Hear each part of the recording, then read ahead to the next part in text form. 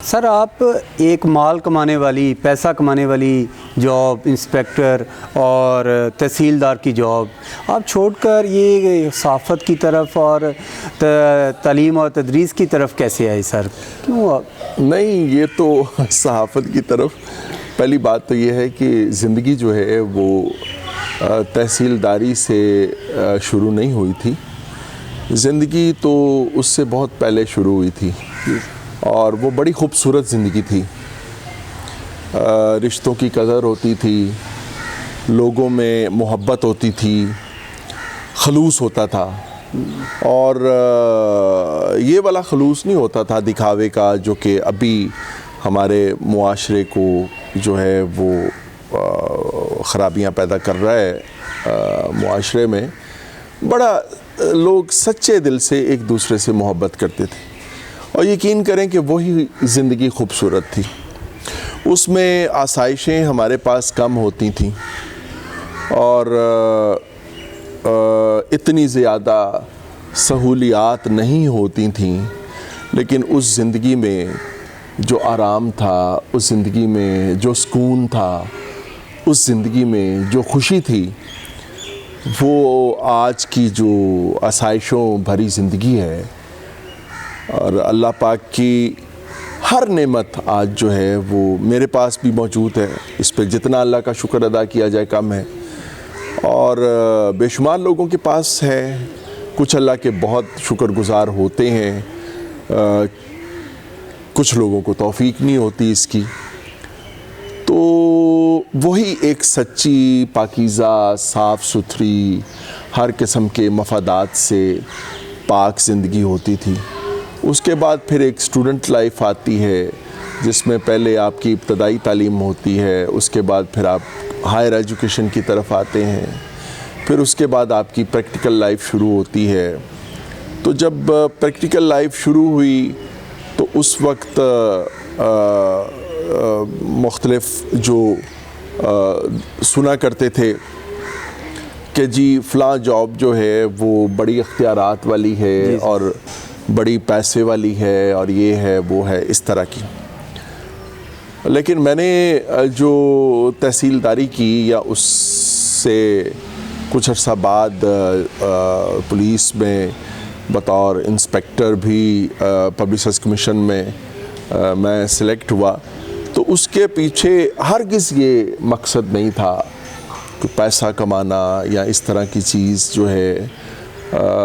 اس کے پیچھے بھی یہ مقصد تھا کہ دکھی انسانیت جو ہے اس کو ہم جتنا ریلیف دے سکیں، دکھی انسانیت کو اتنا ریلیف ہم دیں، جو کہ میں سمجھتا تھا کہ شاید تحصیلدار کی حیثیت میں بھی دیا جا سکتا ہے اور شاید اس کی پولیس کی جاب جو ہے اس حیثیت میں بھی دیا جا سکتا ہے.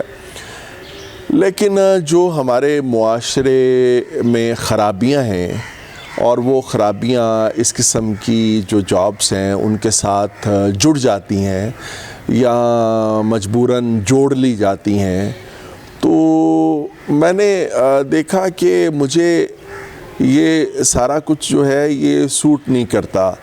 میں بالکل ایک لکھنے پڑھنے والا آدمی جس کو گھر سے کپڑے یا جوتے خریدنے کے لیے پیسے ملتے تھے تو میں ان کی بھی کتابیں خرید لیتا تھا. اور میں جب بہت چھوٹا تھا تو رسالے جو بچوں کے ہوتے تھے، بچوں کی دنیا، بچوں کا باغ، کھلونا اور اس ٹائپ کے جو رسالے ہوتے تھے وہ ہم خریدتے تھے، پڑھتے تھے.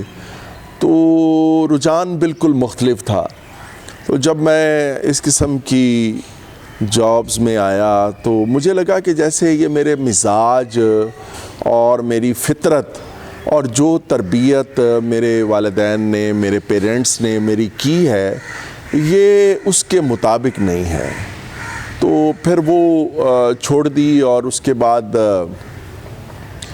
پنجاب یونیورسٹی میں داخلہ لیا اور اس کے بعد والد صاحب کی خواہش کے مطابق جو ہے وہ ایم اے کیا جرنلزم میں. اور اس کے بعد پھر میری ایف سی کالج میں بطور ایک استاد کے سلیکشن ہو گئی، اور تب سے لے کے اب تک زندگی بڑی خوبصورت اور بڑی آسان اور اللہ پاک کا بہت ترس اور کرم ہے، اور میں اپنی اس موجودہ جو میرا پروفیشن ہے، جس کو ہم انبیاء کا پیشہ کہتے ہیں، استاد جو ہے وہ ہمارے معاشرے میں تو بدقسمتی سے استاد کی کوئی عزت اور حیثیت نہیں ہے، لیکن جب ہم دوسرے معاشروں میں جاتے ہیں، خاص طور پہ کچھ گورے معاشرے جو ہیں، وہاں پہ استاد کی جو قدر اور عزت ہے وہ تو آپ نے اس کے بارے میں پڑھا بھی ہوگا۔ اشفاق صاحب ہمارے مرحوم دانشور اشفاق احمد ایک واقعہ سناتے ہیں روم اٹلی کے حوالے سے، کہ وہ جب ٹریفک کے ایک خلاف ورزی پر ان کا چالان ہو گیا، اور جب وہ عدالت میں گئے اور جج کو یہ پتہ چلا کہ کہ وہ ایک ٹیچر ہیں، یعنی اشفاق صاحب کے بارے میں پتہ چلا کہ وہ پاکستان میں ایک استاد کی حیثیت سے اپنے فرائض انجام دے رہے ہیں، تو وہ اٹھ کے کھڑے ہو گئے اور انہوں نے بڑے ادب اور احترام سے ان کو بٹھایا، بہت عزت دی۔ تو ہمارے معاشرے میں بدقسمتی سے استاد کی وہ عزت نہیں ہے۔ ہم گلہ تو بہت کرتے ہیں، اور کسی حد تک ہمارے گلے اساتذہ سے جائز بھی ہیں کہ اب پہلے والے استاد بھی نہیں رہے اور پہلے والے اسٹوڈنٹ بھی نہیں رہے۔